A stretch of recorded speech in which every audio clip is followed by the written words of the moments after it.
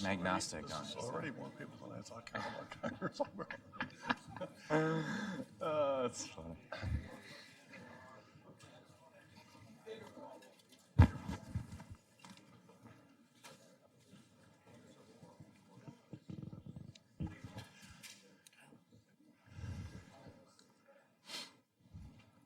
Good turnout.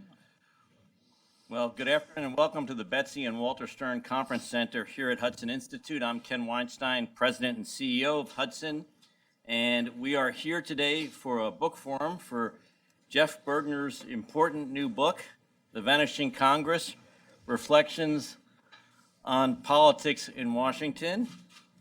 It is a superb read. I urge all of you to purchase it. It's available for purchase and signing by the author on the way out. It's a book that no less an observer than Professor Harvey Mansfield of Harvard University has called entrancing. So we now will have the opportunity to see if Jeff will put all of us into a trance. Now, Jeff is, it really is a special pleasure to have him here at Hudson. Jeff is a longtime friend, mentor, someone I've gone to over the years for the kind of frank advice that only a straight shooter with deep insight can give you. He's a longtime friend to Hudson Institute, former Hudson trustee for many years. Here in Washington, he served as in numerous notable positions, including as staff director of the Senate Foreign Relations Committee when Dick Lugar was chairman of the committee. He also served as Assistant Secretary of State for Legislative Affairs at the State Department in the second George W. Bush term, which was a challenging time of relations between the State Department and Jeff's former boss. So he's seen Washington from both sides of Pennsylvania Avenue. He also built a noted public affairs firm here in town. He is a political theorist by training who did his PhD at Princeton and who now teaches at national security at the Frank Batten School of Leadership and Public Policy at the University of Virginia. And we're also especially fortunate to have another good friend at Hudson Institute, Congressman Mike Gallagher, here with us today in conversation with Jeff about his book. Now, Congressman Gallagher was at one point a student of one of our senior fellows, Mike Duran, when he was an undergraduate at Princeton University, but at that point, the congressman was a very young man and can be forgiven for that. Sure. You gave me a C, by the way. I want the record to reflect. He gave you, yes. We'll see what Bergner gives you, Professor Bergner gives you today. But we all know the congressman who's now in his second term is a Marine veteran who served with distinction under General Petraeus' leadership in Iraq as a thought leader on national security issues, who holds a PhD from Georgetown in international relations. But he's also now almost as well known for his frank reflections on Congress that appeared in a must-read article in The Atlantic that was published right after he was reelected to Congress for the first time. And the article is out there. You have it on your chairs. The title and subtitle say it all: How to Salvage Congress. How to Salvage Congress is the title. And it is absolutely a must-read. So. And the subtitle is, When I was elected to the House of Representatives 2 years ago, I found the problems weren't as bad as I expected, they were worse. And so between that comment and the Vanishing Congress, I think we're going to have a very interesting discussion. I'm going to turn it over to Jeff first, who's going to say a few words about his book. Then Congressman Gallagher is going to be graciously in conversation, and then we'll open it up to questions from the audience. So without any further ado, over to you, Jeff. Thank you very much, Ken. It's great to be back here at Hudson. I didn't recognize this. I haven't been in this sumptuous headquarters you have here. As my southern friends say, this is tall cotton. Yeah. I remember when we were in a small conference room in Indianapolis back when I was with Hudson. I'm especially grateful to be joined by Congressman Gallagher, who is a very bright rising star in the Congress. I noted the other day that we didn't have much in common other than the fact that we were both from Wisconsin, and we both went to Princeton, and we were both at Georgetown's National Security Studies program. But other than that, there's no reason we should agree on anything. The Senate Foreign Relations Committee. And the Senate Foreign Relations Committee, sure. I just thought I'd say a word or two, and then I will turn it over to you if I could. you guys spend so much of your time, as we all do, thinking about the president these days and the presidency and how the president is affecting the presidency and so forth. So grateful to have an opportunity to talk about what the framers called the Article 1 branch, which is in a somewhat dysfunctional mode these days. And I may say some very hard things about the Congress in the next hour, hour and a half, but just for purposes of orientation, I do so as a friend of the institution, really, as somebody who would like to see it regain a bit of its functionality and to become a bit closer to what I think the framers had in mind when they put Congress in what they thought was the core place in a representative democracy. There is no shortage of thinking these days about ways to improve or fix the government and Congress in particular. I will give you just a shorthand list of these things. Putting an end to congressional gerrymandering, more transparency. Sorry. It could be Trump. You don't know. Yeah. Check that. It's probably insurance salesman. More transparency in federal fundraising, federal dollars to fund fundraising altogether. The latest great idea, rank preference voting, and other notions like that. Term limits, restrictions on what members of Congress can do after they leave Congress in terms of who they can lobby for and how soon, and a host of other ideas, all of which seem to me to have one thing in common, and that is none of them really address anything that goes on actually in Congress. If you think about all of these things, they affect how do you get to Congress, how long can you stay in the case of term limits, or what can you do after you leave, but none of them really address the core question, what is actually wrong with Congress? And here, I was just delighted to read your article in The Atlantic a while back, in which you focus particularly and precisely on reforming the practices and procedures and processes of Congress. Congress has put in place a number of roadblocks for itself, none of which the authors of the Constitution thought were necessary. And it has simply helped to grind the institution down to a very slow pace, sometimes imperceptibly slow. Just to illustrate a little bit that these things don't have much, I think, to do with fixing Congress, consider the case of gerrymandering. This is a big thing. We've got to fix gerrymandering. And when you look at some of these districts in the states that snake around like this and so forth, it's obviously there's something weird going on there. It's obvious that this is being done for partisan advantage. Sure, no doubt. It helps the majority party who draws these districts. And by the way, it also helps a few members of the minority party who are usually incumbents. If you put all the votes of one party in some districts, there are going to be a lot of votes for the other party in these other districts. And so it makes everybody a bit safer. So the notion is, I think, well, if people were in less safe districts, maybe this would be a good thing. I don't see quite how that works, though, in terms of the 2 or 3 steps you need to make an argument about how people who come from a non-gerrymandered district are going to reform Congress. They're going to have to do the kind of things that Congressman Gallagher is talking about in the first place. So I also think we don't have to speculate about this. We don't have to make a hypothesis about how effective changing the gerrymandering situation would be because we've got a situation in which there's no gerrymandering whatsoever. It's called the United States Senate. The boundary lines there never change. They've been the same since 1789 in some cases, and ever since all the rest of the states have come into the Union, including Wisconsin in 1848, no boundaries change. And it seems to me that the dynamics in the Senate and the powers and the pressures and the problems are every bit as bad in the Senate as they are in the House, or as I will probably argue, even worse. So I don't think that you can really, whether this is good government or not, suppose really that some of these notions that are very creative and thoughtful are really going to fix the Congress. It's a question of Congress really taking a look at itself and deciding to do its own business differently. So I will just stop there, and we'll have many occasions here, I'm sure, to talk about particular notions. But if I could, let me turn it over to you at this point and simply say I was delighted to see your piece in the Atlantic. I think you're right on. So Appreciate that. My chief of staff, Taylor, whose father you worked with, was not as delighted when I was about to hire him. I said, I have this article I'm writing.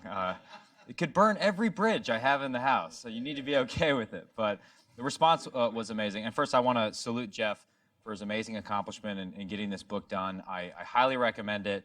And I just love the way you wove personal stories with serious academically informed analysis and common sense reforms. It is very easy to read, and it is a great accomplishment. So I salute you for that, and I'm honored to be here to talk about this issue with you. I can't let the boundary dispute between states thing go by, though, because there is an injustice. The Upper Peninsula of Michigan was robbed from Wisconsin because of a land dispute between Michigan and Ohio over Toledo. So I intend to take that back at some point. Well, and they're all Packers fans up there. So what's interesting, a lot of people ask, because I come from a military background, and then I worked on the Senate Foreign Relations Committee, how's it different? And I usually say, well, it's exactly like the military in the House, except everyone thinks they're in charge at the same time. Or I'll say, it's exactly like being a staffer on the Senate Foreign Relations Committee, except I no longer have any power in the House. And I'm joking, but not at some point, right? I mean, I think what's so useful about Jeff's book is that everyone has an understanding at some broad level that Article 1 has become increasingly disempowered relative to Article 2, right? We've sort of surrendered most of our authority to the executive branch, and therefore it should not surprise us that our politics has become has an overwhelming focus on presidential elections. It seems like every 4 years we await the coming of some messianic presidential figure who's going to solve all our problems. That person arrives, realizes they can't get everything done through Congress, and therefore does most of things through executive order, and those things are undone, and we just swing wildly back and forth. Look no further than the sort of recent debate over whether the president's going to declare a national emergency to secure the border. It's a really interesting problem. So we sort of have a general awareness of that's happening, and I do believe that's a fundamental distortion of our Constitution over time. But there's less of awareness about what's happened within within Article 1, within the House, and within the Senate, and the way in which that relates to the overall vanishing of the institution. And I was reminded as well of a story of, I think early on in my first year in Congress, in the last Congress. We were getting ready to go into recess for, I think, all of August, and we hadn't passed any appropriations bills yet. There was sort of an obvious thing that we were going to come right back, and we were going to be up against the deadline. And so I introduced a bill that would not allow Congress to go into recess until we had actually passed appropriations bills on time and done our homework. And so I went on the House floor and I inveighed against recess, and I said, and what other, in Northeast Wisconsin, no one gets to go on vacation if they don't get their work done. They get fired. We shouldn't go on vacation. And a member of House leadership was the only other person in the chamber and did a mock sort of slow clap after I was done with my speech. And then the next day, because this was around the same time that we were having a debate over health care, and the initial version of the GOP health care bill got tanked, and the theory was it got tanked by the Freedom Caucus. And I will say a high-ranking member of the Freedom Caucus came up to me the next day and said, I want to thank you for the speech you gave yesterday. I said, oh, wow, that means a lot. He said, because yesterday I was the least popular member of Congress. Today you are the least popular member of Congress. So I just bring that up to suggest we're in a weird moment where everyone, particularly the American people, understand that Congress isn't working, and yet every year, new people run for Congress saying we're going to drain the swamp, we're going to change politics as usual, and then we never actually get around to trying something different, right? We never get around to making original mistakes. We just make the same mistakes over and over again. And so when I wrote the piece, I tried to think about what are the simplest things you could do to get Congress back to the basics. Get Congress to doing simple things like actually reading the bills before we vote on them, which isn't happening right now. Actually having a debate on the House floor. I mean, turn on C-SPAN, right? You won't see a debate. You'll see an empty House chamber and someone reading a speech that their staffer wrote out for them, right? It's all kabuki theater. As I say in the article, that's an insult to kabuki theater because at least in theater, people bother to memorize the lines. Here, we're just reading from the script. And so I think Jeff's work is incredibly important in sort of teasing out the way in which the institution has changed over time. Because at the end of the day, I don't think it's a people problem, Jeff, and I'm going to transition to a question. When I first came in, I thought it was a people problem. I thought if only we could get better people elected, we get better outcomes. There are plenty of patriotic, hardworking, smart people in Congress, but as in any endeavor, you put good people into a terrible process, you're going to get terrible outcomes. And Jeff's book really shows that to be the case. And so I want to start with one area where I think we're in large agreement, and that's on the overall committee structure and how complex it is, the division between authorization and appropriation. I'd just ask you to kind of talk about that in your analysis. Sure. To my mind, the congressional budget process really is the heart of what Congress is supposed to do. This is the most important job Congress has, is to fund the government and make policy decisions about funding the government every year. I don't want to offend anybody if any of you come out of the budget process world, but I can't think of a more ridiculous, less comprehensible, less operationalizable process than we have now in the congressional budget process. Just three real quick points, if I could. One, Please. Roughly 68 or 69% of the budget Congress never looks at in any given year. These are the so-called entitlement programs, so-called mandatory spending programs, the interest on the debt, the largest of two of which are Social Security and Medicare. 68 or 69% of our spending every year, Congress never considers at all. Congress doesn't sit and look and say, well, let's see, how much do we spend on Social Security this year? Oh, $800 billion? No. This is all done by formula. If you earn so much by working so many quarters, you get this result, this result, this result. How much do we spend on Social Security in a year? Well, just do the multiplication, and out on the other end comes a number. Congress never touches it.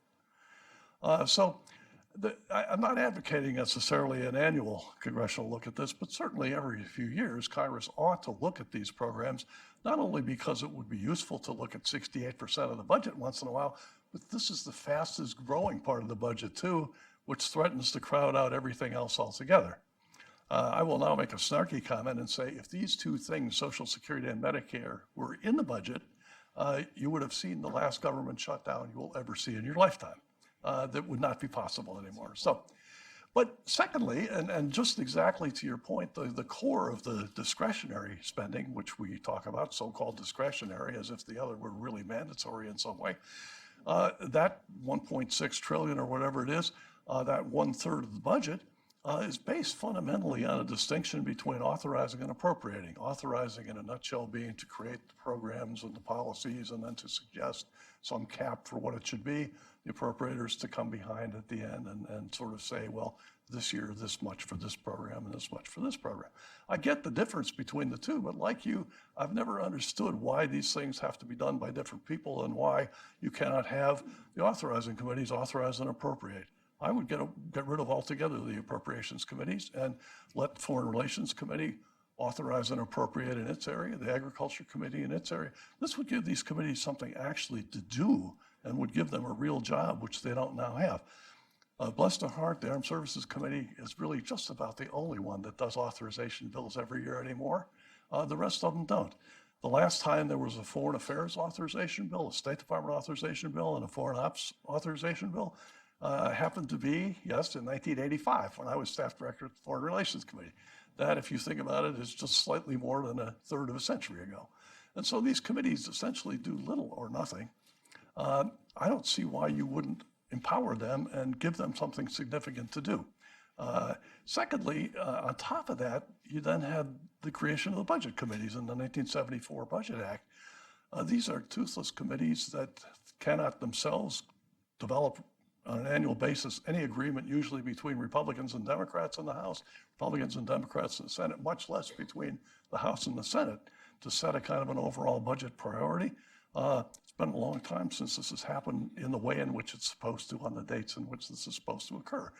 So most people ignore the Budget Committee altogether. Its only saving grace is that it has a process called reconciliation, which for certain spending and taxing measures, it can go to the Congress in a way that allows it to get done there with only a simple majority vote. I will propose, if we have enough time, as I do in the book, to get rid of the 60-vote requirement in the Senate to end a filibuster, in which case the budget committees would not even have that virtue.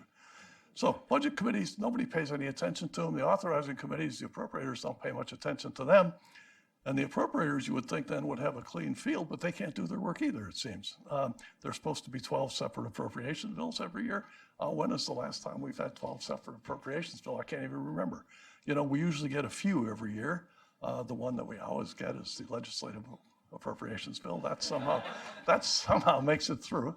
The rest of them, mostly not, and so they get bundled up in something called an omnibus bill, which a particular form of it has a continuing resolution, meaning it continues from last year plus whatever new things we think of to spend money on, $5 billion for Puerto Rico or whatever. But even that can't get done on time. And so more years than not, we come up to September 30th, cannot get a budget done, kick it to November 30th, can't get it done, February 15th. And many, many years in the last 2-3 decades, we've gone almost a half a year without ever doing a budget. One last thing about this process. The Budget Act was supposed to, of all things, put this rational top over everything and make it all work out so that we would then have some balance between spending and taxing. How's that working out? Since 1974, we have had 45 budgets under the current budget process.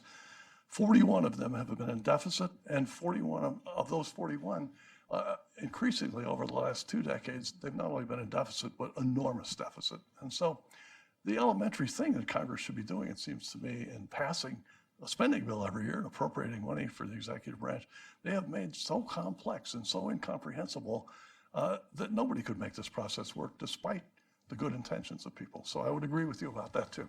I'm only going to ask you about things where you agree with me. I think it's important, as I started to study this a little bit and kind of ask CRS and the parliamentarians for analyses, the original distinction, and someone correct me if they found something else, between authorizers and appropriators, I think goes all the way back to the days of John Quincy Adams.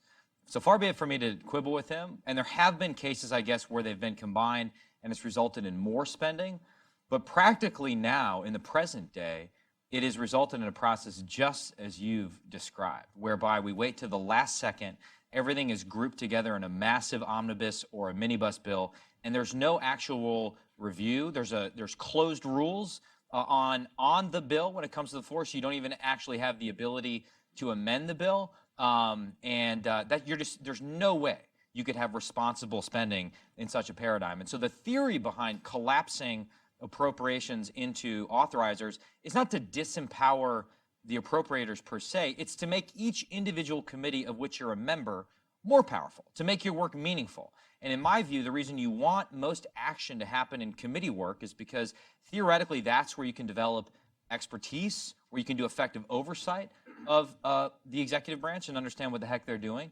And that's also, I think, where you have a chance to have some compromise on issues and get lasting principled compromise. And otherwise, you just get more and more gridlock or crisis governance, which we've seen right now. I do want to get to the filibuster issue, because I'll confess, I didn't even attempt to analyze the Senate in my article.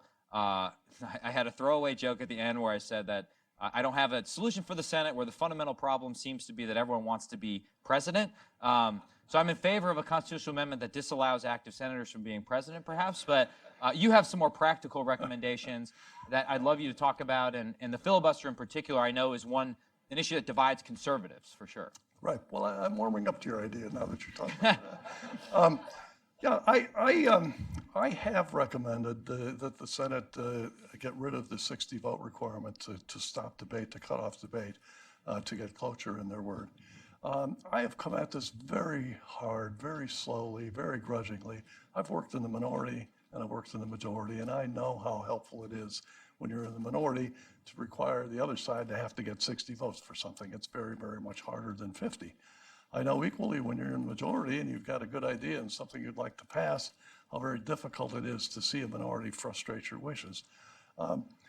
The problem is that, and I don't want to go too deeply into the weeds, but back in the 70s when Mike Mansfield was the leader, he adopted a new kind of two-track approach to how the Senate does its business, allowing people to basically filibuster bills by simply saying, you don't have the votes to stop us. They didn't have to go to the floor. They didn't have to spend all night. They didn't have to do the Strom-Thurmond Act, And so what happened was that the number of filibusters has just massively increased since the 1970s. We never had this problem before. And I think the Senate has realized this itself because it's changed the number several times already to cut off filibusters. At first, it was 67. That was way too high. Then they changed it to 2/3 of those present and voting, which is maybe 67, but maybe something less. And now they've changed it, and it's been this way over the last years at 60. I would be all for making it 50. I know there would be some pieces of legislation that I didn't much like that passed as a result of this. On the other hand, if one house or the other passes one of these, they've still got to deal with the other house, and they still ultimately have to deal with the president. And it seemed to the authors of the Constitution that these were plenty much checks to prevent things from happening, and that you didn't need a supermajority requirement beyond that to stop something from happening. This is a Senate creation all by itself, and there's no constitutional basis for it at all. I once asked Judge Bork about that when we were at a conference like this, and I said, hey, isn't this a little bit opposed to the spirit of the Constitution that the 60 votes are required? And he thought about it for a minute. He said, well, you know, the House and Senate are the judge of their own rules in Article 1. And I said, yeah, I get that, but in a way it doesn't seem quite with the spirit of the Constitution. Framers put in wherever they wanted supermajority requirements. You need 2/3 to consent to the ratification of treaties. You need 2/3 to pass an amendment out to the state legislature. And Madison thought about this, and they speak about it in the Federalist Papers, that maybe we should have a supermajority requirement. And they said, no, when we try to balance efficiency and a strong enough government to actually do good, and also the protection of liberties, we think the boundary is in the right place. So the Senate has never actually technically required more than 51 votes to pass anything. It's just required 60 votes to stop debate, so you could pass something. At a bare minimum, it would seem to me there's one change you should make today. Not only does it take 60 votes to cut off debate and go to final passage of a bill, if the minority is feeling particularly obstreperous and difficult, and these days in the Senate it seems to be, you can also filibuster the motion to proceed to the consideration of a bill, so that a minority can prevent the Senate from even debating a bill, much less from passing it. All of this seems to me to be erring way on the side of too many protections. It turns out not really protections for our liberties so much as protections of the rights of senators. You don't have to be in the Senate for about a week before you hear these people prancing around. My rights as a senator, my right as a member of the Foreign Relations Committee, my right as a member of the minority. You know, there's this whole panoply of rights these guys have created for themselves that come from who knows where. But it seemed to me are part and parcel of the problem we have. So I don't mean to be difficult about it, but I have grudgingly come to this point.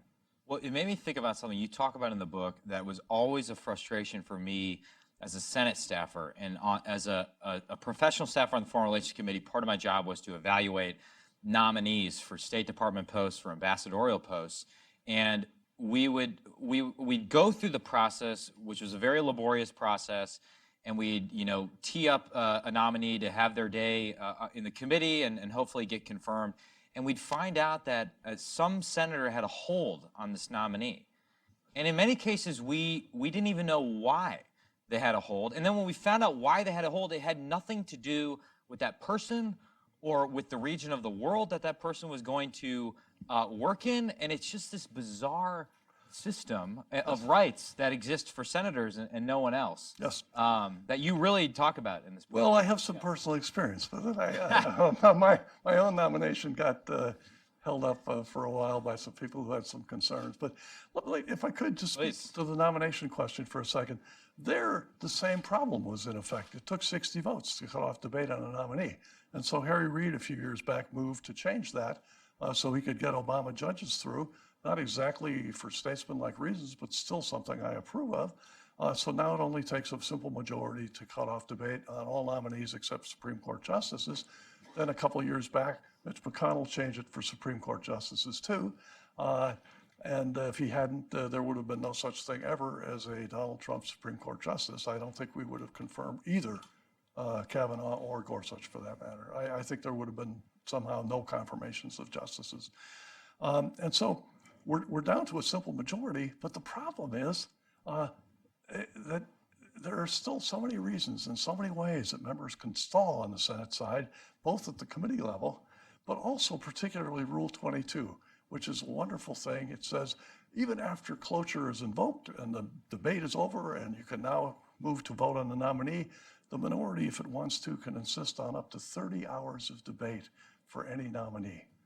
30 hours on the Senate floor is like a lifetime. I remember I used to go have to plead for Majority Leader Dole, please to give us a half a day for some bill.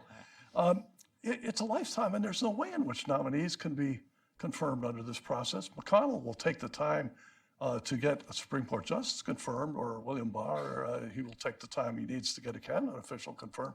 But most of these poor souls who've been nominated a year or more ago, their lives have been on hold, and for what reason? None whatsoever, really. There's a friend of mine down in our neighborhood in the Norfolk area, a woman who had been our Congresswoman, Thelma Drake, had been our Congresswoman from the 2nd District where I live. She was nominated by the president more than a year ago to be something called the Federal Transit Administrator. I don't know what I haven't the faintest idea what the Federal Transit Administrator does, but she came out of committee virtually unanimously. All Republicans and all Democrats, except one with a kind of an asterisk, voted for her. But she can't get a vote on the Senate floor. Why? Well, because of the resistance. The resistance, you know? And this is the most unjustifiable policy that I can imagine. There is no reason for it other than stalling. Nobody learns anything in those 30 hours of debate that they didn't already know. If you look at the Kavanaugh debate, there was an empty floor time most of that 30 hours because people weren't even on the floor debating. They were just chewing up the clock. Half the Democrats had already announced they're going to vote against Kavanaugh before he even opened his mouth to committee. So nobody learns anything. So I would be flat out for a reduction of this 30-hour thing to 0 hours or 2 hours or 0 hours for most nominees, but 30 hours for cabinet officials and whatever you want to do. But this current process is absolutely ridiculous. It results in nothing but churning around and wasting time. So let me touch on one more issue before we open it up. Well, actually, we got time. We'll just go on. So quickly, I want to plug Senator James Langford has done a lot of work on this issue that I think is very thoughtful, and he's thought a lot about it. And then you mentioned Mansfield. For those who think our debate about NATO is sort of a new debate, just go back to the debate over the Mansfield Amendment in the 70s and the role that Andrew Goodpaster, who's one of my heroes, who was Supreme Allied Commander of NATO, played in that. Sorry, that's a digression. Had to get that in there. One area of disagreement that I want to get to. You recommend cutting congressional staff by 20%, saying it would make Congress 20% more effective. I'll admit, I reached sort of an opposite conclusion as I looked at the Gingrich reforms of the 90s. I think one of the counterproductive consequences was, it sounds good to cut the Office of Technical Assessment. You sort of think you're draining the swamp. But my feeling is all that is done, I think congressional staff has sort of been cut by 20% since then, has put Article 1 at an even greater disadvantage relative to the experts and the bureaucrats in Article 2. And as a member of Congress, particularly in the House, you have a relatively, it seems relatively small staff, struggling to deal with the whole host of issues every single day. How are you ever, you're going to have an information asymmetry and an expertise asymmetry when you sit across from, the assistant secretaries or the secretaries that you're dealing with. So push back on me and explain that. I think that, A, that's a perfectly fair point, and B, I think it's by and large the prevailing view. My view is the view of an outlier on this congressional staff issue. I will fully grant you. Why do I think that? Let me begin by asking a question. If I ask you, how many bills do members of the House and Senate introduce in a given 2-year Congress? How many bills do they introduce? This is one of those things I ask my students back at the envelope question. How many bills do all the members of the Senate and House together introduce? And the answer is, in the last couple of Congresses, roughly 12,000. Now, anybody who thinks the Republic needs 12,000 fixes has probably got a clinical problem to start with. But second question then, how many of these pass or become law, are enacted into law either as freestanding pieces or more likely as amendments to a larger bill, spending bill or whatever? And the answer there is about 2%. And when I look at who it is who writes all of these bills and who thinks up these great ideas, in your case, I'm sure between you and Taylor, you do all of the work and so forth, and your staff thinks up no ideas for you. But in some of the other occasions that I've been involved in, the staff is the source of all these wonderful ideas. And so what happens is the staff comes up with a great idea. Here's a new bill we should introduce. And member kind of nods and says, okay, I don't want to say no. And maybe there's a constituency I have that would like this anyway.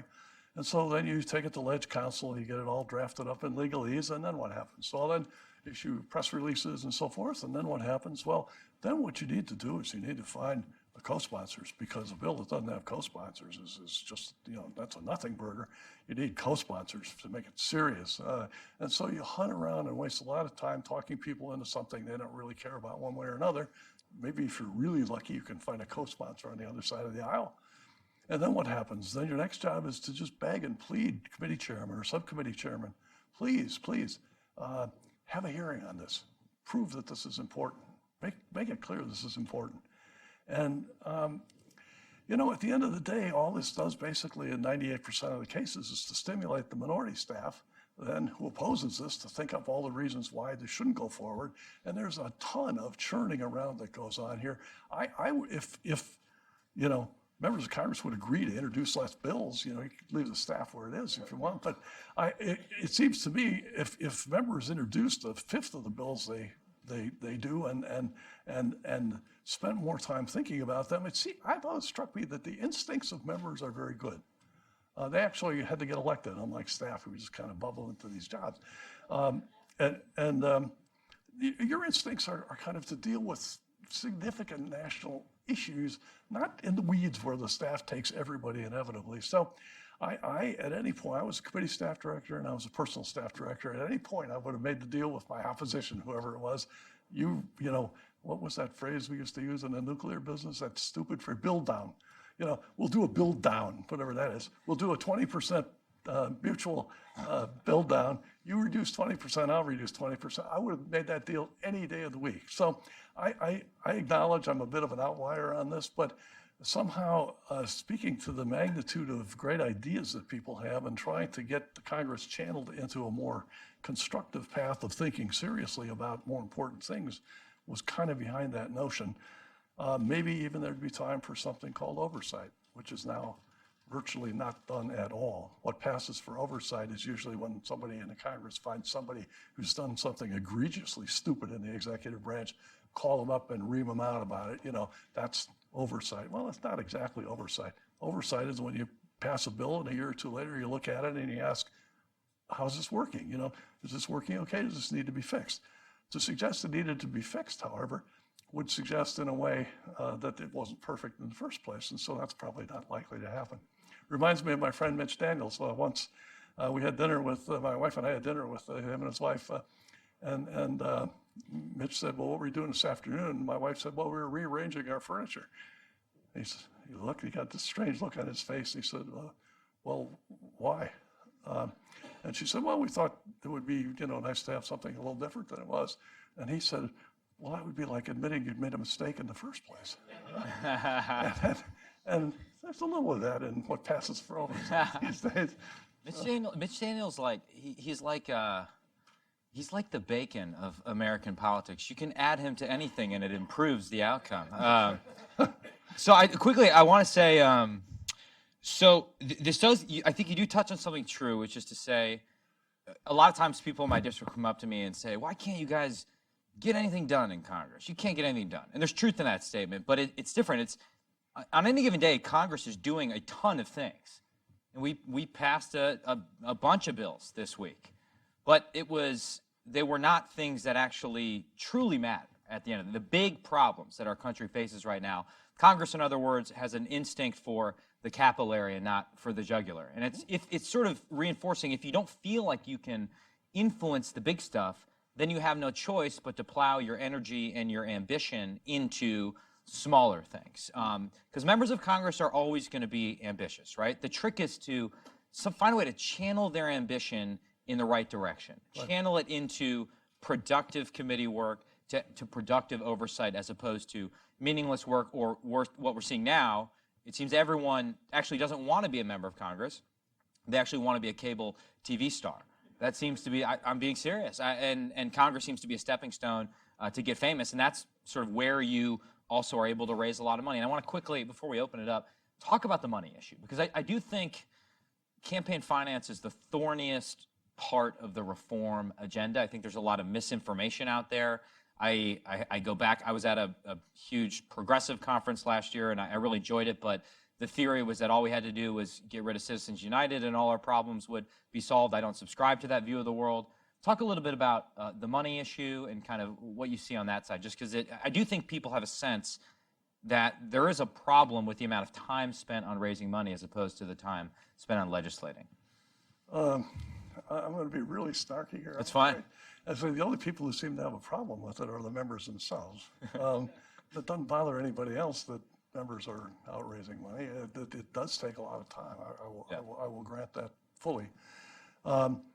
It's one of those things, though, where every conceivable solution seems to me worse than the problem. Yeah. Certainly, federal financing of elections and so forth makes no sense whatsoever, and will have just the effects you could probably guess. And so, I think in a free country like we have, at least at the moment, still, it's a necessity, maybe an ugly necessity, but a necessity. I am one, maybe where I depart even a little bit from some of my Republican friends. I've never seen anything wrong with more transparency about where all the money comes from. I'd be for that, however it came forward. But that's just me. I mean, there are people I know who want to give to groups that, in effect, really are election influencing groups, but don't want to be seen as such. But again, I don't have a super amount of sympathy for that. But it's a problem, and it seems to me one inevitable and ugly, but a necessity. I don't know what else to say. Well, the story you tell at the beginning of the book, with I can't believe it's true. Sort of a senator walking. I don't want to give it away, but the senator is faced with 2 doors to walk out of a committee hearing, and one leads give it outside. away. Give it Okay. away. Sorry. Yeah. We got to buy the book. It's a great Valentine's Day present. If I give this away, you still have to buy it. And chooses the wrong door, which leads into like a 4x6 closet, and doesn't want to admit the mistake or walk out in embarrassing fashion. So stays in there for how long? It must have been a minute or two. And then comes out, I think, trying to cover it up by pretending they were on a call or something like that. No, I thought this is going to be the end of this guy's career. He goes in the closet and he doesn't come out. I poked my colleague. I said, "There's a United States senator in a closet." Yeah. So no, 30 more seconds. My credibility is declining by the minute. All of a sudden he backs out and said, "Okay, yeah, good to talk with you. Thanks." And I thought to myself, what a recovery. Yeah. That was absolutely, only a member of Congress could have done that. To turn something so obviously stupid into such a positive outcome. So, before we open it up, speaking of stories, I wonder if I might offer one up. Please. About nominees, which you just, I opened the Pandora's box. Yeah. Yeah, not about myself this time, but I was at the State Department. Part of my job as Assistant Secretary was to get all of our nominees confirmed, which is why I'm so gray here. I spent a lot of time on John Bolton trying to get John through. After his recess appointment at the UN ended, we had the great idea that we would appoint him not in a recess mode this time, but for real. And we got up to 56, I think, at one point. We got Voinovich over the hump, and as soon as we get to 57, somebody would fall off the other end. So that was when you still needed 60. But when I was at the State Department, I got a call from the White House saying there's a delegation coming over from the British Parliament. Would you be willing to meet with them? It appears that the British Parliament is now thinking about putting in place a system like ours for nominating and confirming cabinet secretaries, so that the Prime Minister then nominates somebody for the Chancellor of the Exchequer or Foreign Minister, whatever. They'd have to go before the House of Commons and, be confirmed. And would you be willing to talk with them? And the reason they asked me was that we did far more nominees than anybody else because in addition to all the senior positions when they rotate in and out, there are maybe 210, 220 ambassadors, and the Constitution requires that they be confirmed. And so in any given year, if they spend 3 years, we were doing 60 or 70 ambassadors every year, plus the other senior people. So I said I'd be happy to. So a week goes by, and I look on my schedule, and I see, oh, geez, the delegation from the House of Commons is coming. I better think about this. And I couldn't think to myself, what do I really want to say to these people? On the one hand, I don't want to speak ill of any American institution in front of a bunch of foreigners. I don't want to do that. But on the other hand, really, these guys are thinking about doing this to themselves? And so I couldn't think what to do. The only sensible thing I did was I had Secretary Rice's nice little conference room, on the 7th floor, all dark wood and all that. And I reserved that for this august group. And I couldn't think what I was going to say. So I just, for some reason, packed up all of the papers I needed to be nominated, about 3 inches, and all the papers I needed to be confirmed was about another 3 inches, all basically the same information, but of course unhelpfully in different formats. And so I had this stack of 6 inches of papers with me, and as fortune would have it, in the meeting right before I met with them, I got tied up in a meeting and I just couldn't get out of it. I was just in one of those meetings where you just can't dynamite yourself out of the meeting. Finally, I'm looking at my watch and I'm 10 minutes late for the members of Parliament, so I thought, so I just got up and left. I went into the conference room and they're sitting there. There were 5 or 6 of them. And I came in and said, I'm terribly sorry I had to hold you up. I just couldn't get out of this meeting. And I plopped my papers down on the table and sat down. And I apologized again. And the head of the British delegation was, he was like out of central casting for a British parliamentarian. So, oh, no worries, And in fact, we see you're quite busy, so we won't take very much of your time. And I said, well, actually, I'm not that busy. These papers have nothing to do with what I'm working on. These were what were required for me to be nominated and confirmed. And the look on their faces. Oh my God. And so we had a nice conversation for the next 30 or 40 minutes about how our system worked. But I realized afterward, without ever even intending to, I had killed this idea in the crib for good. And so Good. I, as I say in the book, to this day, I've been awaiting calls from a grateful generation of British cabinet officials. I haven't gotten any, but they did give me a little tin of mints with the House of Commons logo on it, I love that. which I've kept just to remind myself of this meeting. I keep it with the other stuff in my study. that's So great. anyway, that's. Well, why don't we open? I will, however, say I do want a version of Prime Minister's time to occur in America. I will defend our system over a parliamentary system, but if we could somehow get an actual debate, that would be nice. But let's open it up. I don't know how we want to do it. If we can just, you had your hand up first, yeah, in the third row there, yeah. With Congressional Quarterly, thank you for a great conversation.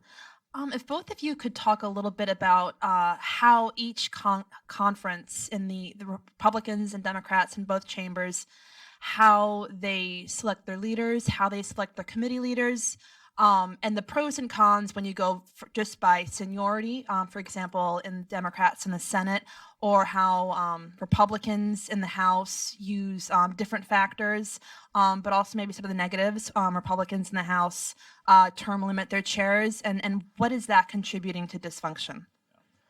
Happy to. So my understanding is the modern process really was born in the 70s, which is, I mean, along with the Budget Act and the War Powers Resolution. What was going on in the 70s, guys? I wasn't alive, but and that was when you had the creation of the Steering and the Policy Committee, and then in the 90s, the Steering Committee got even more powerful under Gingrich, and so the modern process of selection is very top-heavy. In other words, you have the Speaker, you have the Majority Leader, and then you have all the committee chairs who are members of the Steering Committee, and they make all the selections in terms of what committees you're on. And so it's a system that is intended to enforce obedience and is intended to send the message that if you want to advance, if you want to become a subcommittee chair in 15 years and a committee chair in 20 years, you have to play the game. You have to vote with leadership. There's literally a percentage score you get. And also you need to contribute on the political side to the NRCC. And what's, I think, absurd about this system is that your dues to the NRCC vary in proportion to the perceived value of your committee assignment. In other words, if you want to get on a committee that allows you to raise a lot of money, you have to pay money to the NRCC. And then once you're on that committee,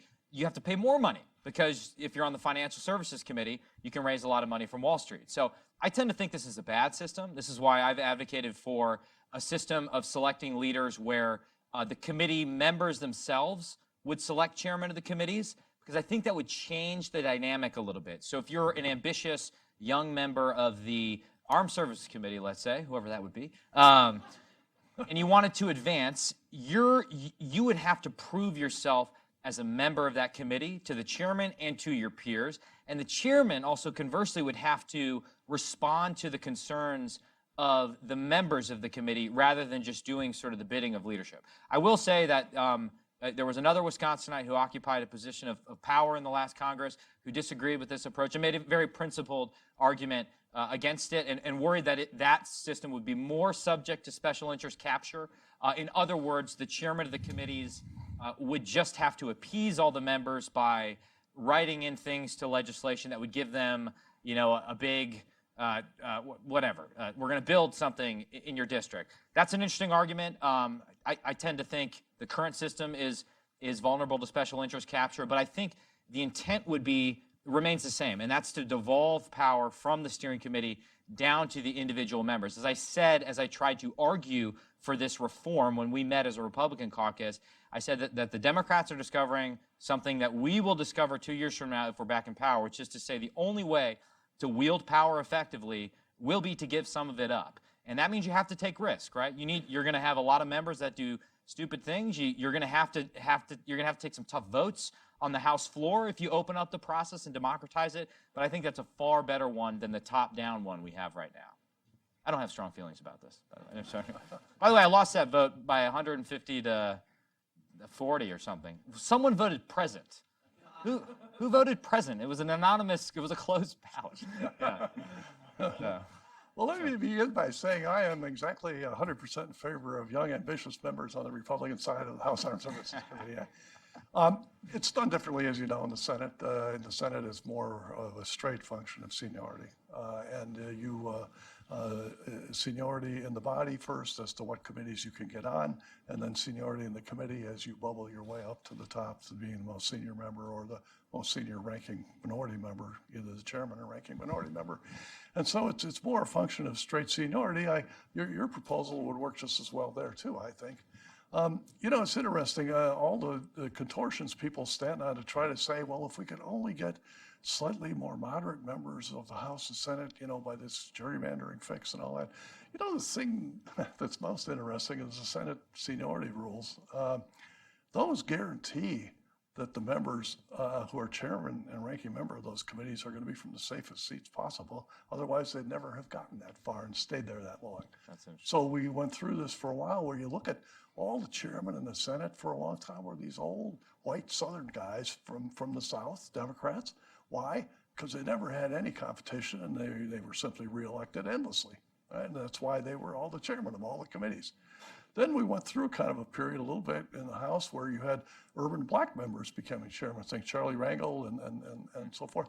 Why? Well, because they were in the safest possible districts themselves. And so they had been there 28 years. And so who else was going to be the chairman unless there was some particular reason to do it differently? And so in a certain way, you could say our winner-take-all system, where even if you win the Senate 51 to 49, you are not only the majority leader and assistant majority leader, and also, but you're the chairman of every single committee, and you've got 2/3 of the staff, and so forth. And so, in a way, the whole seniority system fosters, in a certain way, a bit of movement to the polls, I think, because people come from the safest seats. So, I don't know that there's as much concern in the Senate about the seniority system. It's not so politicized. It's just, if anything, it's almost too mechanical. Yeah. If there's somebody coming up that you don't want to be the chairman, very hard to make that person not be the chairman. It is important in the House, so you alluded to this, we Republicans term limit our chairman 6 years. The Democrats do not do that.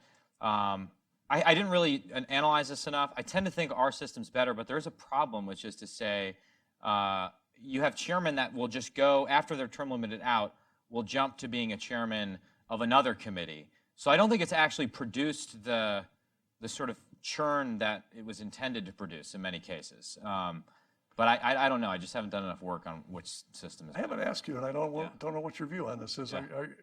Are you for term limits or not? I am. I think it's another area where we disagree. And I understand so I assume you would suggest that further empowers the staff, which is the best argument against it. But I would say it'd be hard to empower the staff any more than they're empowered now.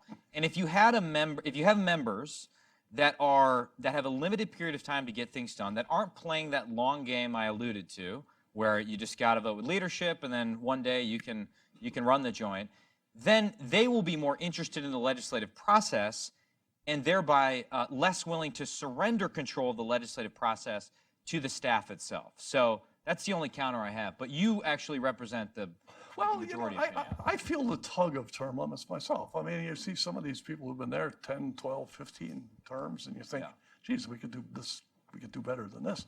I feel the tug of it myself. It's another one of those proposals, though I think whatever its merits as good government itself, it would not changed the Congress very much, I don't think, for the following reason, at least not for the better. I've seen so many times when a subcommittee would open up on the House side, let's say on the Appropriations Committee, the Foreign Operations Subcommittee opens up, and whoever it is who's the next in line to get a subcommittee chairmanship or who the leadership wants to have, they may not have wanted this, they may have been interested in transportation their whole life, but this is the subcommittee that's open. They go over to the Foreign Office Subcommittee and become the chairman, right? And what happens then? It's not like there's really a breath of fresh air that comes in at that point. What happens is they immediately fall into the clutches of the staff who've been there 8 or 10 or 12 years and know how the process works. And, the first day they said, well, you can't do that. It's the 302Bs and the crosswalks and this and that and so on. And I've seen far more continuity through what seems to me an excessive empowerment of staff than I've seen, fresh blood come out of this process.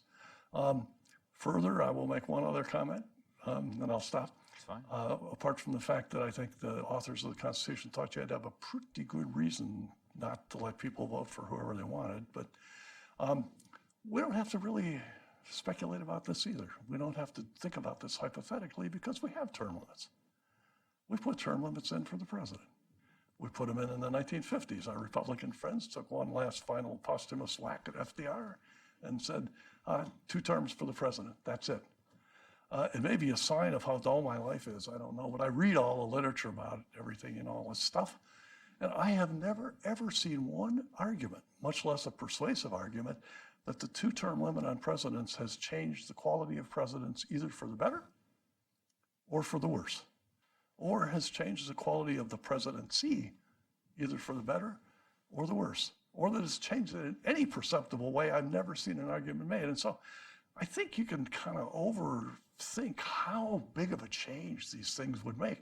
Some new guy comes in who's just taking a guy who's term, Scott Ridgel, my congressman for a while. Oh, good man. He decided not to run. And so, there's a new person. I mean, they come in, but they come into the same, like you say, the same system of processes and procedures and rules.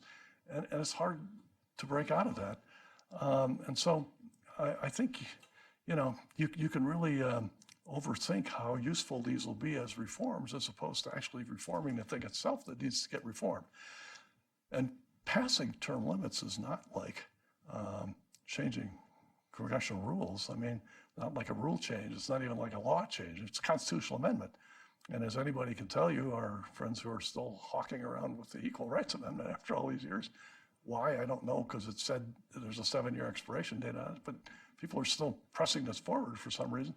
I mean, it's hard to get a constitutional amendment, very hard. It seems to me a lot of work for what is likely to be a very small result, and the result to be more negative than helpful in terms of empowering the staff. Where I would go, if you wanted, is to put a term limits on staff. I'd be for that. Amen. Yeah. Amen. I can't.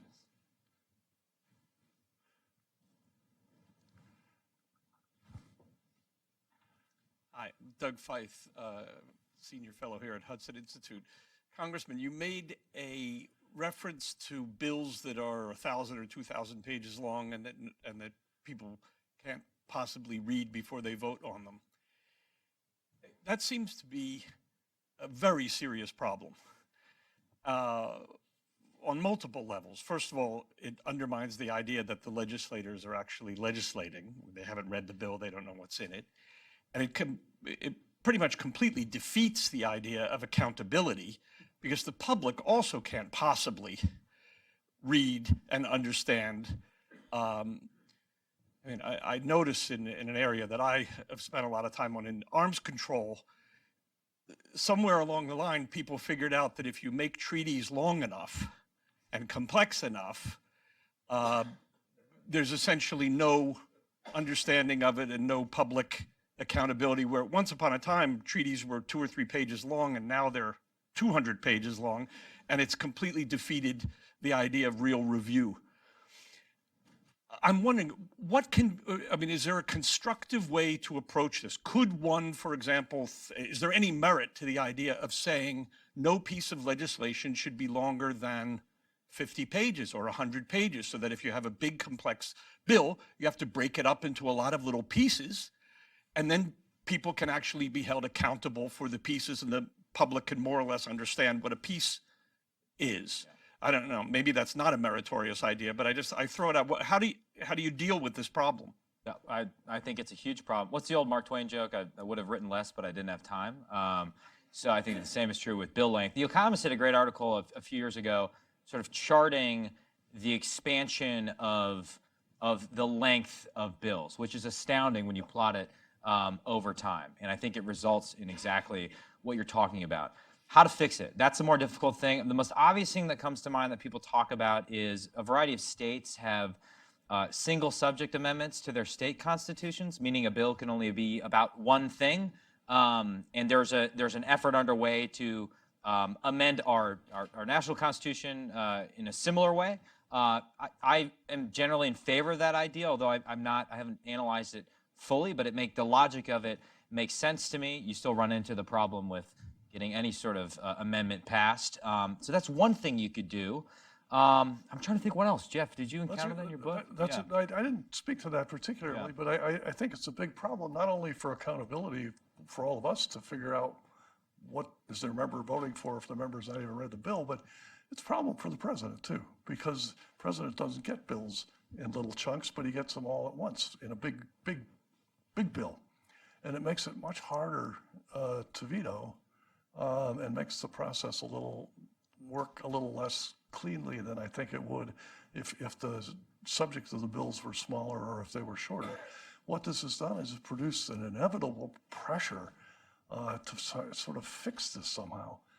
And so there have been two efforts to fix it, one which we have in place, and that's presidential signing statements. You can trace the rise of those almost directly to the increase in the length of bills that come to the president, where he says, I don't want to veto this whole thing because I've got to go through that mess again and try to get another bill passed. So I'll just say I have some constitutional doubts about Section 3A, 12 or whatever.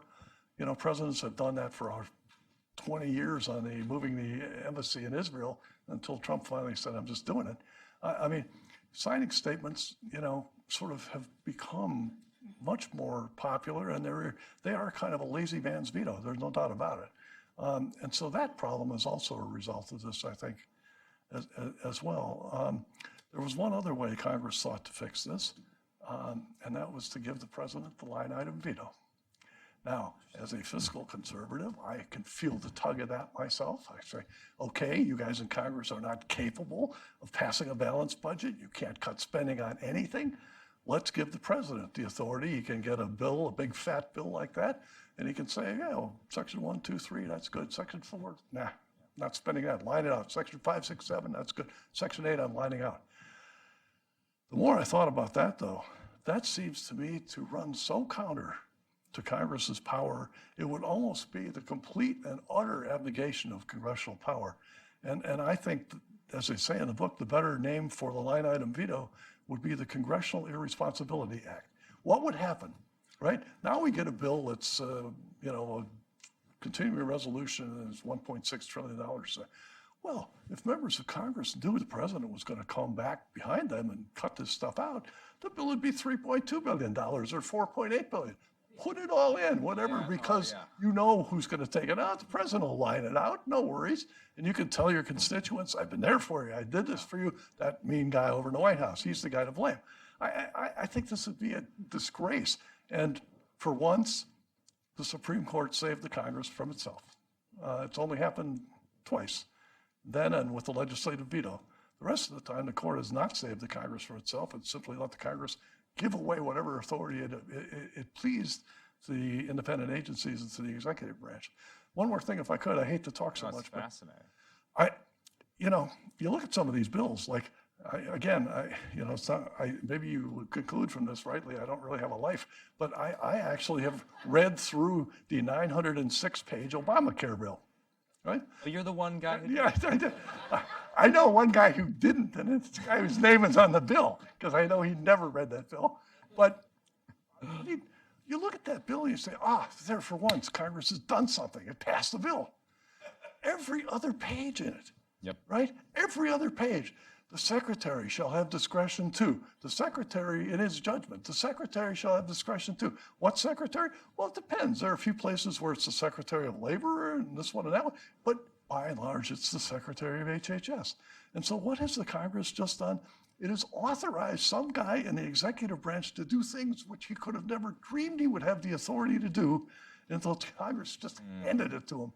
And that's why, in turn, it's so easy for the Trump administration to undo all this stuff in the Obamacare bill, because it's all the secretary's discretion. Hardly any of it is written into law.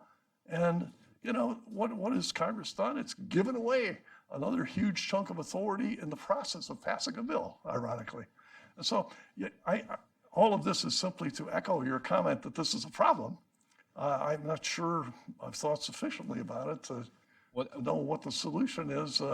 I know a couple that I would not so much like, which are the line item veto. One of the things that you do well in the book, though, is you tie everything back to the Federalist Papers and the intent of the framers, which is very useful. And correct me if I'm wrong, I believe there's a point in the Federalist Papers when they talk about concerns that the legislative power will necessarily predominate, right? It's sort of like the one big thing the framers got wrong is they never would have anticipated that we, in Article 1, wouldn't jealously guard our power, that we would systematically surrender it to the executive branch. I think that's right. I mean, their phrase was that the Congress would inevitably, in a representative democracy being this core, key, central governing institution, would draw all into its vortex. And therefore, they needed to find ways to protect the president, which they came up with a few to do. But it turned out presidents don't need quite as much protection as maybe the Congress needs to protect itself from itself. But I think that's exactly right. You know, people used to teach the separation of powers with, you know, these two circles. I forget what they're kind of, what are those Venn diagrams? They're whatever they are, where the two circles are like this. Here's the Congress, here's the executive branch, and the Congress is always, trying to get into the executive branch's authority, and the executive branch is trying to get into the Congress's authority. I think that model has long since ceased to apply, and it's more like this. You know, Congress is busy delegating willy-nilly its powers to whoever it can think to give them to, including, in the case of Obamacare, the Secretary of HHS. Secretary of HHS didn't have any of those authorities to do anything until he got them in the Obamacare legislation. Yeah. All given to him by who? Our Congress. Yeah, it's like Seema Verma is randomly the most powerful person in government, right? It's like, Luke Thompson, my friend, has made this point well, and I think there was just an article in National Review or Commentary about how even the phrase co-equal branch of government, which we accept as true, is actually a creation of the modern era. I think it creeps into the lexicon in the Nixon era, and it was ironically intended as an argument to put the executive branch on equal footing with the legislative branch, when if you look at the intent of the framers, it was clear that the legislative power was the predominant power, that this was sort of the Leviathan they had envisioned. And so it's just an interesting point that made me think of that. Absolutely. Sure, I'm bad at choosing. I forget whose hand was up first. Leon Weintraub, retired member of the U.S. Foreign Service. I wanted to ask about appointments confirmed by the Senate. Do you think there's any possibility that the Senate might be willing to adopt some kind of a clock where once an appointment is set, it has to, certain steps have to take place, whether a hearing and an up or down vote within a certain number of days, whether for Ambassador, Supreme Court Justice, I'm thinking of the refusal of Mitch McConnell to hold any hearing. Right. No, I think a clock is unlikely, I think, but it would suffice, I think, if we could get rid of the 30-hour rule, because the majority, by and large, and this may be different if we end up with a Democratic majority and a Republican president. Maybe the Democratic majority wouldn't feel this way, but certainly the Republican majority feels like it's their responsibility to get people confirmed that get sent up to them. And so I think getting rid of the 30-hour rule, you would see an enormous rush of nominees to go through. There's no excuse for nominees to sit like this and have their whole life on hold for a year or two. I mean, what good is it doing anybody? Yeah. I mean, so I have actually I don't know, I'm not a good prognosticator, but I think there's at least a 50-50 chance that in the next month the Republicans might change the 30-hour rule. I mean, the Democrats have been so, I mean, it's really as a partisan comment, even just as a fact, have been so ridiculous about this that it's made it impossible to do justice two nominees, and I think McConnell may change this. I hope he does. Can I two-finger direct election of senators? Yeah. Good idea, bad idea. Well, Some Wisconsin roots there with progressive Republicans. that's right. Bob That's would call right. it. Yeah, you Republicans in Wisconsin, we're all progressives. Right? It's in the cheese, man. I don't Yeah, know. I take this up. This is another, I'm going to betray my prejudice here, hobby horse of conservatives. That, oh my God, this was the worst thing in the world, you know, to go to direct election of senators. Before, senators represented their states, and therefore we had much more of a federal system, and now we've got a national system and so forth. I have to tell you, I mean, two things. One, I don't think it's so bad now, and I don't think it was so good then, before the amendment passed for direct elections. One, senators still represent their states. I mean, you know, we used to argue about who could make all these grand announcements for Indiana. I mean, we had the state in mind all the time, as have members when it came to this last tax bill, which, because it was going to inordinately affect high-income states and so forth. If you look at some of the people who got nominated by state legislatures, I mean, in the Civil War, pre-Civil War era, I mean, these were not always the most distinguished group of Americans that you can imagine. And it's less clear to me that those senators, what am I trying to say here, that they represented the interests of their state so much as they represented the interest of the majority party of the legislature that had picked them.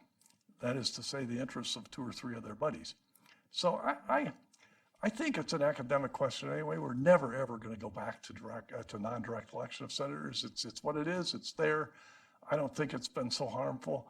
I think most of the changes in how senators and congressmen look at things have come as a result of the fact that we're a large commercial republic now and busy in the whole world and across state borders, and that's tended to damp down the states' rights kind of positions as much or more than that particular change did. I may have a outlier view on that. I don't know. You're going to speak to that? Oh, sorry. Separate question? Yeah. Go for it. Yeah.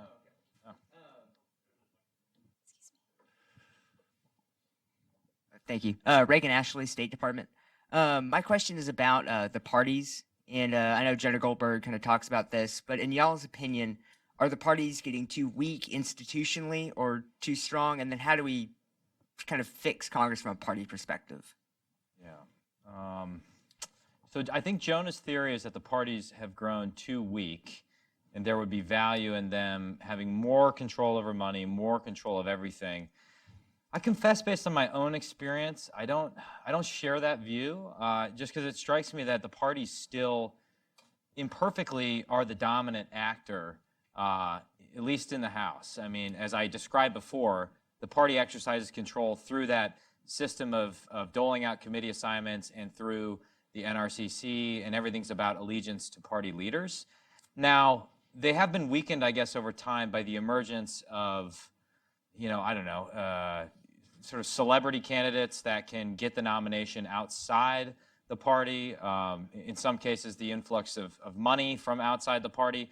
I don't know how to fix it, but I guess I just don't share on a gut level Jonah's fundamental impulse that we need to further empower the parties. And I also, so this is interesting, this is not exactly related, but in the HR 1 bill that the Democrats are pushing right now, there's an interesting provision on a 6-to-1 federal match for low-dollar donations, which ultimately would just, I think, it would just mean taxpayer money would be going into an election process that already has too much money.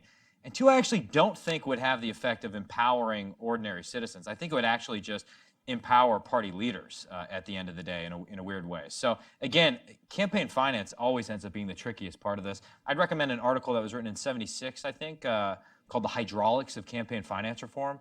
Absolutely fascinating. One of the best things I've ever heard on this subject. But I don't know. I didn't really answer your question. Do you have any thoughts? Oh, no, I think I'm kind of with you on that. Yeah. I don't see evidence that the parties are not quite strong enough when you look at Senate votes and House votes. I mean, it seems to me that, you know, Chuck Schumer can pretty much count on his members to do pretty much whatever he wants. There's one or two outliers, Manchin is, I suppose, and so occasionally one or two others, but the same thing is more or less true of McConnell. When I first showed up in the Senate, I hate to admit it out loud, it was 1978. it was at a time when there was an overlap between the parties, and there were quite a number of Democrats, Southern Democrats, who were more conservative than many Republicans, and quite a number of Republicans, liberal Republicans from New England, New York, Pennsylvania, who were more liberal than many Democrats. And now, maybe with the exception of a Joe Manchin, I mean, we're at a place now where there is no Democrat that's more conservative than any Republican, and there's no Republican that is more liberal than any Democrat. And so the parties have come apart a bit like this, and I think that if anything has made things harder, it's not that there's so much a party boss or institution, but that people still somehow very much identify with their party and seem to be willing to do the bidding of their leaders in ways that you would almost wish from time to time they wouldn't. Doesn't the argument that Jonah makes about the weakness of party run counter to the broader argument he makes about the party's, ritual obeisance to Trump, the leader of the party? I don't know. And I suspect that party strength varies widely from state to state, and then within state from county to county. Because the party doesn't really exist here in D.C. for me so much as it does in the Brown County Republican Party, the Outagamie County Republican Party. Walker was so strong for a while because he built a strong Republican Party infrastructure in Wisconsin. So I don't know if there's a federal fix to what you're talking about, but it's interesting. Stan Morgenstein, retiree. You've spoken quite a bit about the abdication of Congress's power to the presidency. I'm just curious, what are your suggestions to change this? We saw the government close down for a number of reasons, but a major reason was Mitch McConnell's refusal to allow the Senate to actually take votes on issues. And he continues to be a shadow over the current discussions that are going on. And the bigger shadow is the president's influence in McConnell's response that if the president is going to support it, we're not going to vote on it. I mean, Congress has the power to override with a veto, or to override the veto. What are your suggestions about what can be done to change this situation? Thank you. Well, I think some of the suggestions we've made already to change the budget process, to change the way the Senate can debate bills, my own view about the staff, maybe one-off, and nominees and so forth, all of these things I think would make the Congress and the Senate particularly a stronger institution. Is it going to solve every problem that the president has with the Congress or the Congress with the president? No, but that's good. I don't think it should. And so I'm not sure I'm quite getting the gist of your question beyond. Question is that it doesn't seem to make any difference what the members of the Senate want to do at this point in time.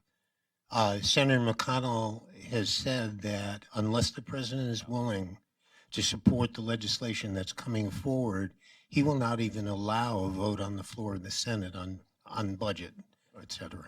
Oh, I think that's true. It's a very leadership-driven process at this point, both on the House side and the Senate side. And if you look at it, you'd think, well, here's this group of people who's supposed to be negotiating all the details of a policy about should there be a wall or not, or should it be a fence, should it be technology, should it be this, should it be that, what should we do about DACA and all the rest. But who's doing the negotiating? Interestingly, you open the paper and you see nobody from the Homeland Security Committee there. You see Nita Lowey, who's a nice lady. I used to have to work with her all the time. She was the Foreign Ops Chairman for a while. She's an appropriator there to do the bidding of Nancy Pelosi. And the same thing is true of the Senate. And so when you get to this point, with a kind of conflict where the whole government is at stake because you've got the whole government shutdown behind it, it becomes a leadership-driven process, I think. And I'm not sure that would be different under any circumstance. Well, it is true. I mean, I sort of made this comment the other day. It's a very small group of people negotiating while the rest of us are sitting there waiting for white smoke to emerge from the top of the White House, and it's absurd. So I think cumulatively, the reforms Jeff is talking about in his book would have the practical effect of a more functional Congress and a more sort of bottom-up Congress. At least that's what I was trying to achieve in the reforms I proposed in my Atlantic piece. There's some small ball you could play in the meantime, though. For example, I have a bill on tariffs right now that would require anytime the president wants to impose tariffs pursuant to Section 232. This is the national security, tariff. We have a national security threat from Canadian steel and aluminum. Therefore, we impose tariffs. This would require Congress to actually vote on that. it would have to affirmatively approve it, not a vote of disapproval, which basically inverts the standard and puts the presidency in control and would bring Congress back into the tariff game. And then similarly on national security, I think there's a host of things you could do, like stepping up, reauthorizing the 9/11 AUMF. We introduced some bills in the House to push back on the effort to precipitously withdraw from Syria and Afghanistan. But until Congress sort of gets the basic blocking and tackling of budgeting on time and changing the way it does business, I don't think you're going to get there. I think amen to your bill. I mean, you read Article 1, Section 8, it's Congress supposed to regulate trade with foreign nations. Well, it can't really do that quite. So Congress had worked out a whole variety of ways under fast track to have a role and so forth. All that seems to have gone somewhere by the boards. The president thinks he's in charge of, slap tariffs on China, tariffs on the Canadians, tariffs on the Europeans.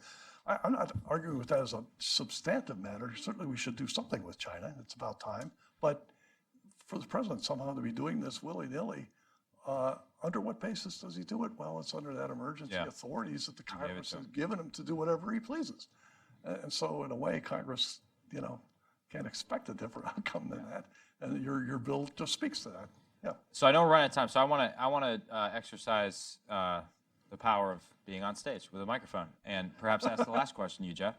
When you're talking about the direct election of senators, it made me think of, at least we're not, people aren't being caned on the House and Senate floor as they were back in the day. Or I think about Wisconsin's own history in World War I. Our most prominent politician then, or since Bob La Follette, led the anti-war opposition, was getting, in my office I have an old war cartoon where he's being pinned medals by the German Kaiser because he was being branded a traitor.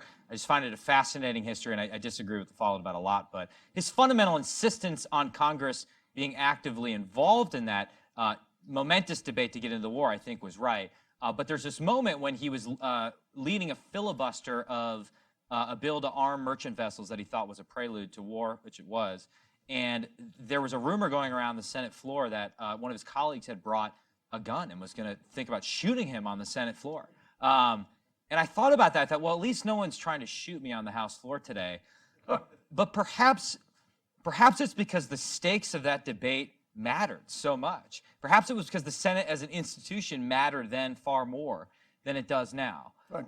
But it does force me to confront what I think is like the null hypothesis of both of our works, which is to say, despite Congress's deficiencies, it's kind of doing what it's always done, albeit imperfectly, reflecting broader trends in society. Congress is gridlocked and divided because the country, quite frankly, is gridlocked and divided. Right. I can invent neat ways to fix Congress, but I don't really know what to do about the fact that increasingly people are only moving next to people that share their worldview, or only spend their time online and don't get to meet people in real life. Just talk a little bit about that maybe what we're writing about is just downstream from something bigger in our society. Can I ask first, who's the member from Wisconsin? Is that Victor Berger? Because my father went to Victor Berger Grade School in Milwaukee. Victor Berger was one of the few outright socialists. Oh, interesting. I don't think it was a Wisconsinite that was going to shoot him. I think it was like an evil Southerner or something. Yeah. Well, it wouldn't be a nice Midwestern. I have only one story about violence in the Senate. For at one point, Senator Lugar, who I worked for, co-sponsored a bill, and he and Senator Proxmire from the other side had a bill to try to reduce the absolutely ludicrous subsidies for water out west. I mean, this is ridiculous. I mean, in a way, the government subsidizes places that shouldn't be growing crops in the first place, and instead of in Indiana, where you should grow crops. And so Lugar and Proxmire had a bill to slash the water subsidies out west, and I was standing on the floor next to him, and Barry Goldwater came up to him, and he got right in his face, literally like this, and he says, "Dick, out west, we shoot people over water."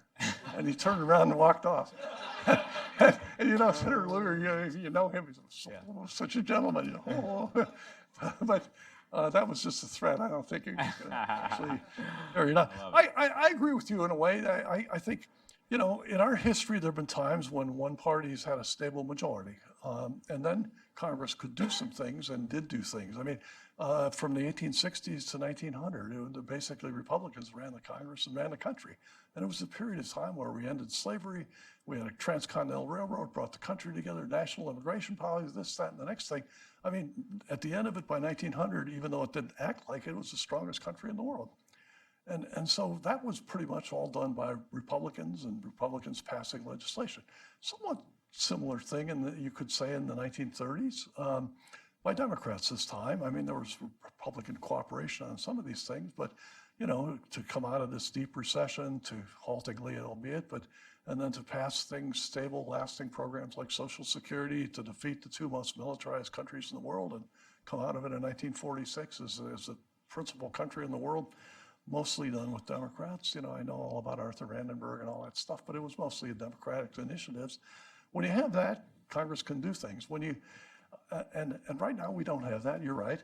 Both parties flatter themselves endlessly. You know, every time they win an election, oh my God, 2008, Obama, House, Senate, presidency, the end of the Republican Party, you know, these ridiculous pundits, right? This, Republicans are going to be a regional party in the South and so forth. Then 2010, Republicans pick up 60 some seats in the House, you know, or even in 2018, although a bit more charry with regard to the fact that the president is Trump.